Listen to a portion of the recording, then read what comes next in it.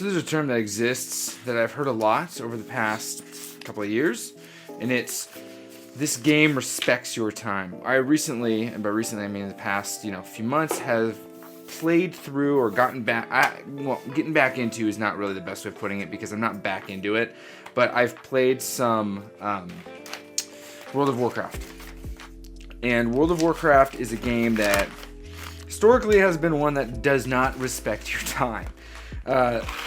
Especially something like WoW Classic, like you just are in there grinding and grinding and grinding, but some people, they're like, this is what WoW is all about, and if you don't play it, then you don't understand, but this is just where it all started.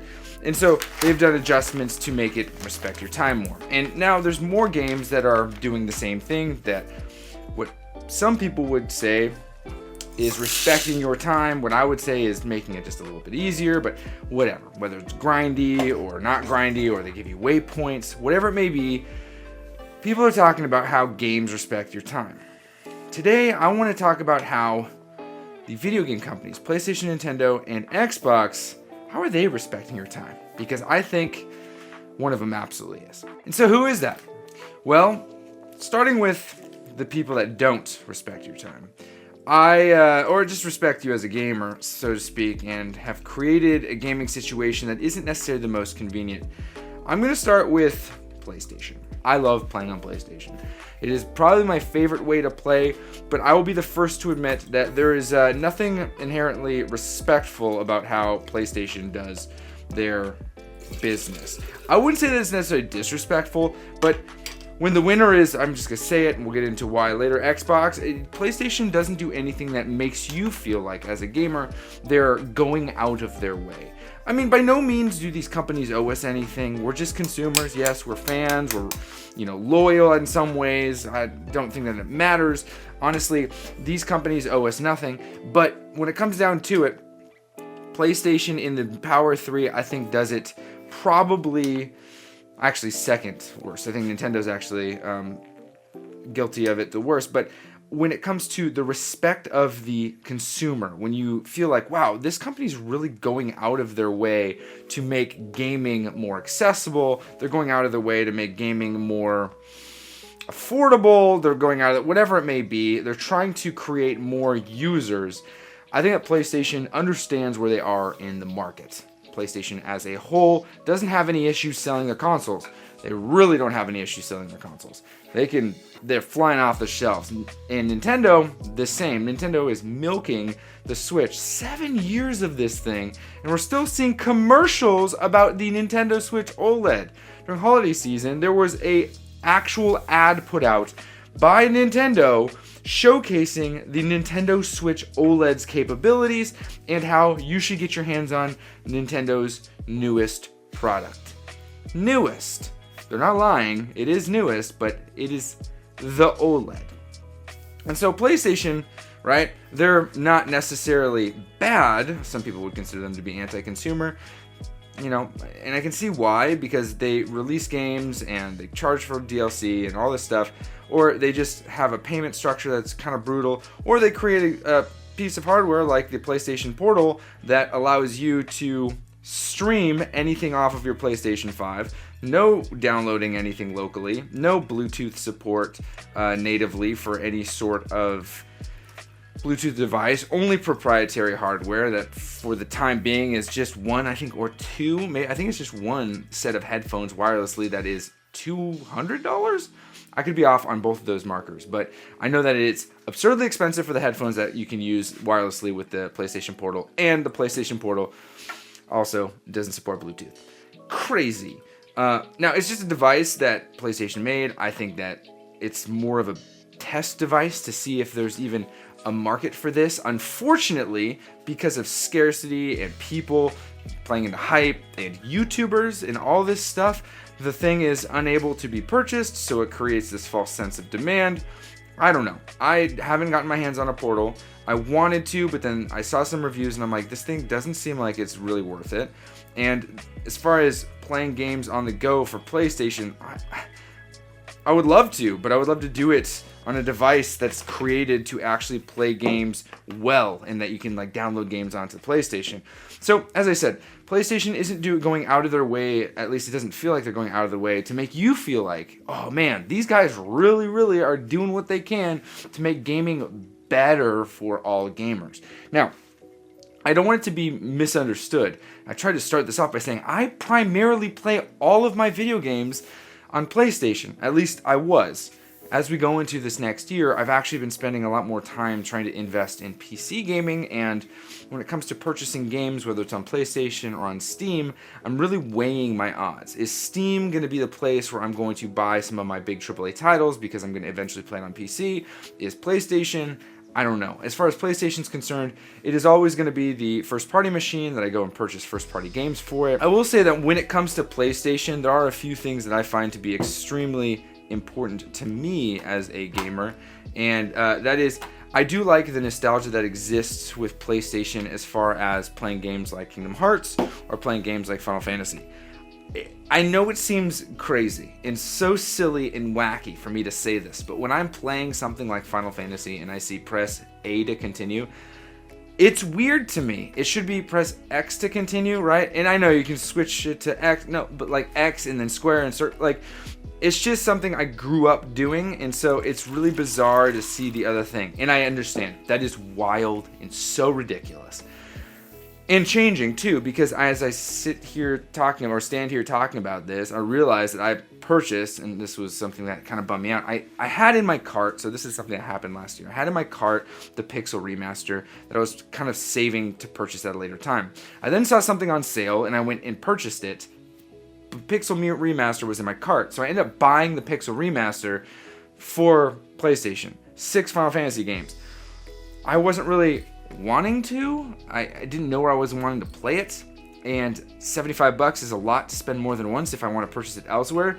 And here's the deal. I went to try to return it, and I could not get through to customer support. For a week and a half, I tried every day. I spent 30 minutes to up to 2 hours trying to get through. Of course, I was doing other things at the same time, to the point of where it was impossible to get through the customer support, and I couldn't return the product. I was pretty pissed about it, if I'm being honest with you. I'm like, I just purchased it. I don't want this right now. And now I'm sitting here with a Steam Deck, and I'm like, gosh dang it, I want it on the Steam Deck because I'm playing through Final Fantasy 15 on the Steam Deck, and I'm like, this is where I'm going to run all my Final Fantasy games. This is great. Spent about 25 minutes dialing the settings for Final Fantasy 15. I got it playing at a solid 45 to 50 frames per second, which is awesome, with very crystal clear visuals. I could boost it to 60 to 65 frames per second if I would drop the visuals down to low, but I want good models. I want stuff like that. I want it to feel like I'm playing this on a PS4 and a half, right? PS5 is beautiful. It's the best it can look. Well, I guess Windows is the best it can look. I don't have a Windows machine yet, but I want to play this on like PS4 and a half, and so I'm playing 15. I'm like, man, it'd be great to go through all of my Final Fantasy games on this device, which I eventually will. Originally, I was going to probably do it on the Switch, but I am not buying anything for Nintendo Switch except for first-party titles only until the next product comes out, because I'm not certain that they're going to grant backwards compatibility at the level that I would like, that I would prefer to play these games at an up-resed, kind of thing, right? If I know Pixel Remaster doesn't really matter because it's a pixel game, but if I buy something like, I don't know, Kingdom Hearts is a cloud version, so that's also a bad example. Guardians of the Galaxy, that's also a cloud version, so I'm not really hitting home. Final Fantasy, there it is. Remake, reunion, whatever. If I buy that for the Nintendo Switch, they come out with a Nintendo Switch 2 that has better visuals. Am I going to be able to play this? I don't know. And I really don't want to be stuck in a situation where I have these games I purchased. I don't like purchasing games more than once. I have these games I purchased, new hardware, and all of them are stuck on the old hardware. Luigi's Mansion 3, Breath of the Wild, all these games, if they're stuck on Switch, fine, whatever. I'm not going to get rid of my Switch to get the new console whenever it may arrive. But I will say that when it comes to, when it comes to something like the Nintendo Switch right now in 2024, I'm not purchasing anything for that console. I'm waiting to see what gets announced and if it is backwards compat before I do anything. And even then, I don't know if purchasing stuff for that console right now is the best option. Moving over to Nintendo, though, talking about Nintendo and what they're doing as far as the consumer base, I don't I think that they're actually probably, in the grand scheme of things, when it comes to serving the community or creating value for the gamer, it's not overwhelming when it comes to the additional value that they may bring to the table. Let me give you an example, right? So we got games that come out, Breath of the Wild, games Tears of the Kingdom, we got game Mario Kart 8, for instance, which is a remake. That remake sold at $60 for a long time. It's not $60 anymore, but $60 remake. We have this game, a great game, by the way, which was $60. This Super Mario Deluxe U, it literally has the word U in it. Do I not have it physically? Oh, I don't have it physically. I have it digitally only. Well, there you go. Super Mario U Deluxe, whatever. It was made for the Wii U. $60. Tropical Freeze, or Tropic Freeze, or whatever that Donkey Kong game is, which is a great game, by the way. Donkey Kong Country Tropical Freeze? Who knows? $60. Right? Nintendo does not... They value their IPs, and they create their games, and they're like, hey, full price, not on sale. If you want a sale price, you buy these vouchers, $10 off the $10 off each of the game. Now you're buying them at $50 a pop. Still, I mean, it's great, but then it's digital, so then there's that whole digital versus physical thing, which I made a cup about it, which if you're interested, at the end of this video, I'll link that cup. But Nintendo, by no means do they do things that makes you feel like as the gamer, that Nintendo's on my side, right? They don't owe you anything. They don't need to do that. But they, I would say, out of the three, are probably the worst when it comes to offering things. They don't offer anything. And they ship a lot of games with promises like, hey, we're going to add stuff to it. And then they do, and it's like, well, why wasn't like Mario Golf or Wii, or not Wii Sports? Everyone's calling it Wii Sports, but Switch Sports. You're just like, dude, this game launched, and like I feel like we're missing stuff, right? And then eventually Golf got its stuff, and Switch Sports kind of slowly rolled out stuff. I lost interest, so I haven't been keeping up. But Nintendo, this is another thing. It's just like, hey, here you go, and they can do it. Both PlayStation and Nintendo, I think, can do it because of two things. One, people will buy their stuff. I know that there's comments out there and there's a comment section in here that's probably going to go crazy, but I know that it exists, that people go, I'm switching because I don't feel like I'm being taken care of. Whatever. I don't think that Nintendo and PlayStation have to worry as much as Xbox does. Right? I think that PlayStation and Nintendo, people who own it, they're just going to be like, this sucks. Alright, when's the next game coming out? I certainly am one of them. I go, yeah, this is lame. I wish that there was more here, but I'll just stay here. Because the franchises that exist are bar none. If you're a fan of Mario or Zelda or Kirby or Donkey Kong or, Sam or whatever it may be, Metroid series, whatever it may be, if you're a fan of those franchises, there's no other place to get them legally, and they're the best. They're the best. They're just great. They're awesome. And I know I am personally a fan of Mario, Zelda. Those two franchises are huge for me. And so whatever Nintendo may do, aside from coming into my house and, hurting my family, whatever Nintendo may do, they're just going to get away with. And I feel like, I don't think that in boardrooms they're like, we can do whatever we want. People love us. But I do feel like they go, hey, we don't really take input from the community and we just kind of move forward. I mean, Pokemon's a perfect example of that. And they just get into it, right? And I think that it's important that like a lot of people start to realize that that's the way it is, so that they don't become disappointed or frustrated, right? To not get so angry or disappointed when they launch something and you're like, this just isn't it. Bringing us to Xbox. Xbox is a really bizarre, or Microsoft in general, is just a bizarre thing to me. Because I have talked a great deal about the Series S. I still own one. I've talked a great deal about Xbox and how they are probably the best company when it comes to community interaction. And when it comes to this topic of they don't waste your time, or they don't, they respect your time, or they respect you as a gamer, I believe that Xbox does do it, but they're unfortunately, they miss the mark a lot of times in some ways. So let's talk about that right now. So the first thing is, I feel that Xbox and Microsoft as a whole, their sole purpose right now, their sole purpose is to figure out a way to get Game Pass, specifically Game Pass, into the households of anyone who picks up a controller, who grabs a keyboard, and plays video games. I truly believe that that's what their goal is. Their goal is not to push consoles, although during the holiday season, they sure as heck sold me on buying a second one. Their goal is not to create the best hardware, because I think that they get beat pretty quickly.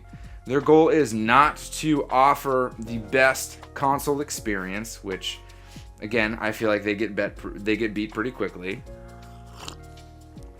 Their goal is to make Game Pass a must-have experience across as many consoles, as many pieces of hardware as possible. And they're doing it.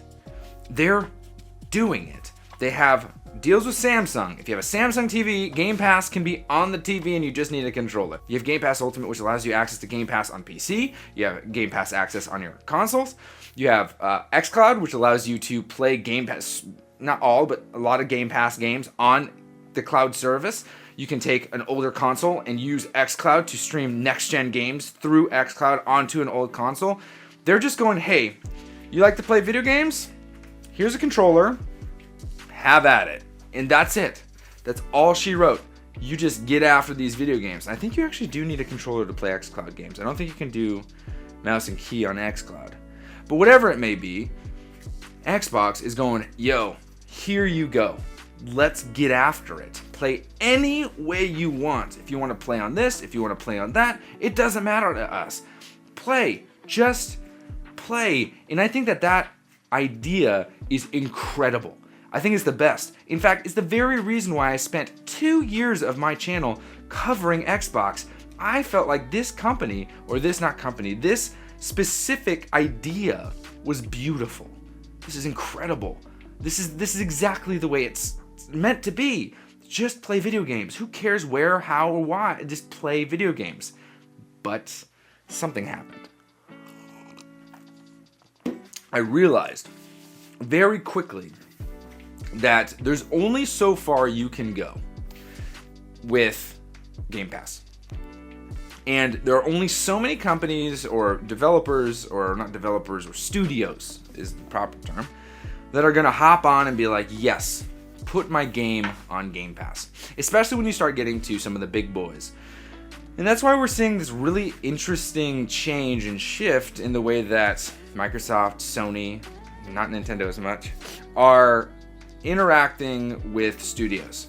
They're not going, hey, bring your games to our console, bring your games to our ecosystem. They're going, hey, let us purchase exclusivity by now owning your studio and placing it under our umbrella.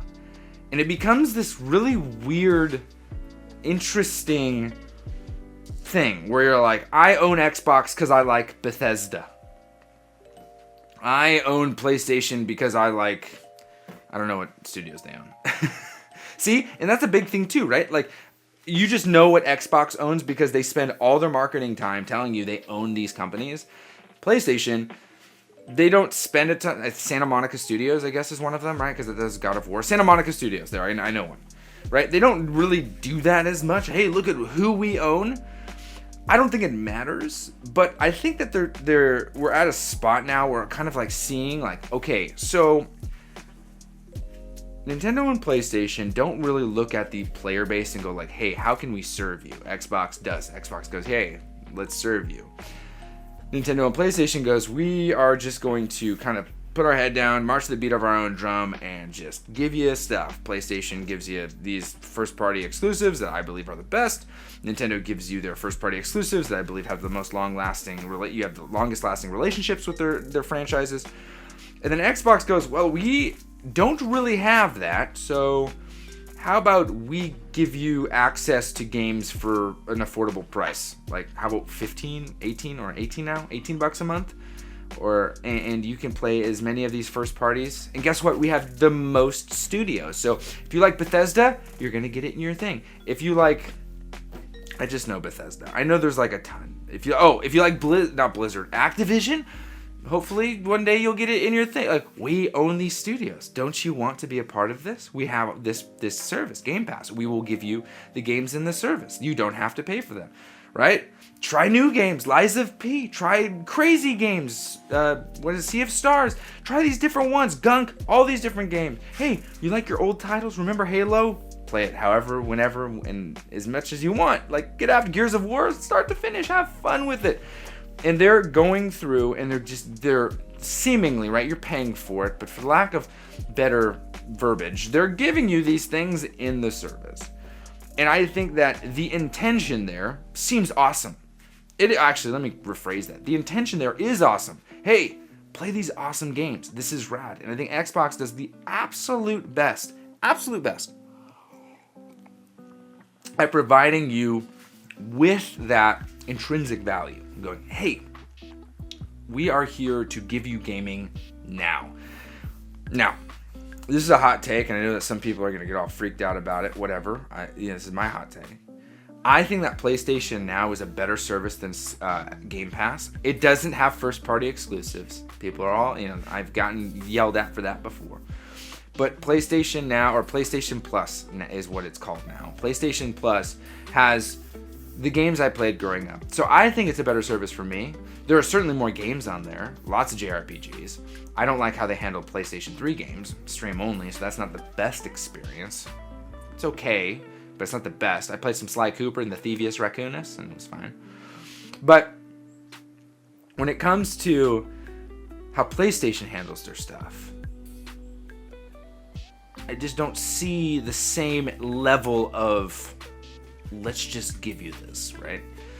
Sure, you can play trials of games, right? You can play Baldur's Gate for a couple hours. The whole game included in your service. See if you like it. I think that's cool. I think the trial stuff is really rad. Wish more companies would do that. Nintendo's like, hey, you can try this weird coffee talk game, whatever, coffee shop boyfriend for free. I don't know if that was when they offered, but it's like kind of that level of stuff, and you're just like, I don't care about that. And they do stuff like that for like a weekend. You can try the game, but when it comes to stuff like Baldur's Gate, God of War, Horizon, Spider, like they give you Cyberpunk even, they give you multiple hours of the full game to try to see if you even are into that kind of thing before you purchase. I love that. I think that's really, really great. But at the end of the day, I'll still stand on this in saying that Xbox does feel like they feed the community. Not feed, but like listen and interact with the community. My biggest complaint, personally, with Xbox's whole thing is it feels shallow. It doesn't feel like it's deep. It doesn't feel like there is a lot of diversity when it comes to different styles of games that you, the gamer, would have to choose from. I know there's a bunch of games to choose from, but it just feels very simple.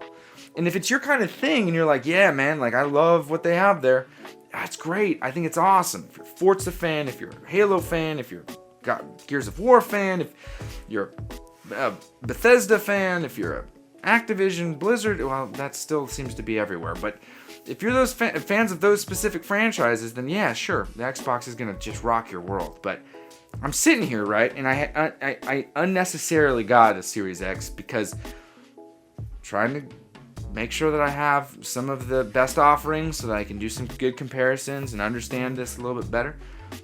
But honestly, if I wasn't making videos about these consoles, the Xbox as a whole, as a game, the type of gamer I am, would not be here anymore. Because though they are the number one most, I think they're the best. I honestly think that they're the best when it comes to interacting with community and listening and creating an experience that is just rocked full of value for people who find that to be valuable. For me, I will cycle through Game Pass and be like, there's just not much here for me. And I just don't know what it is. And I'm curious. I know that I'm not alone in this. I know that based on the way that I built this channel, I may be the minority in this. But I want to know from you guys. It's important that we have this back and forth this year. What do you think? Do you feel like Xbox has that value? Do you feel like I'm way off and I don't even know what I'm talking about? How do you disagree? How do you agree with me? I want to know. Do you feel like Nintendo offers good value? Because I love my Nintendo products. You guys know I do. But I would say that Nintendo costs me the most money out of the three because they release their games full price and I just have to own them. PlayStation is the most expensive out of all of them, but I think in the long run you end up spending more money with Nintendo because PlayStation with PlayStation Plus offers you full-fledged games in their service that you can hold on to. Nintendo doesn't do that. Nintendo offers you their older titles on older consoles that are just ROMs, and sometimes those ROMs will break your game. Paper Mario incident where your save file gets corrupted, right? There's stuff. It doesn't seem like they take care of it, right? To take good care of it. And then Xbox, they're just throwing games at you and being like, here you go. But it feels like that's what they do. They're just throwing games at you. Just like, hey, here's a bin of games. The $5 section, let's just throw games. But I want to know, guys. Let's talk about it in the comments. If you're in Discord, talk to me in Discord. Let's play games with each other. Most of all, happy gaming.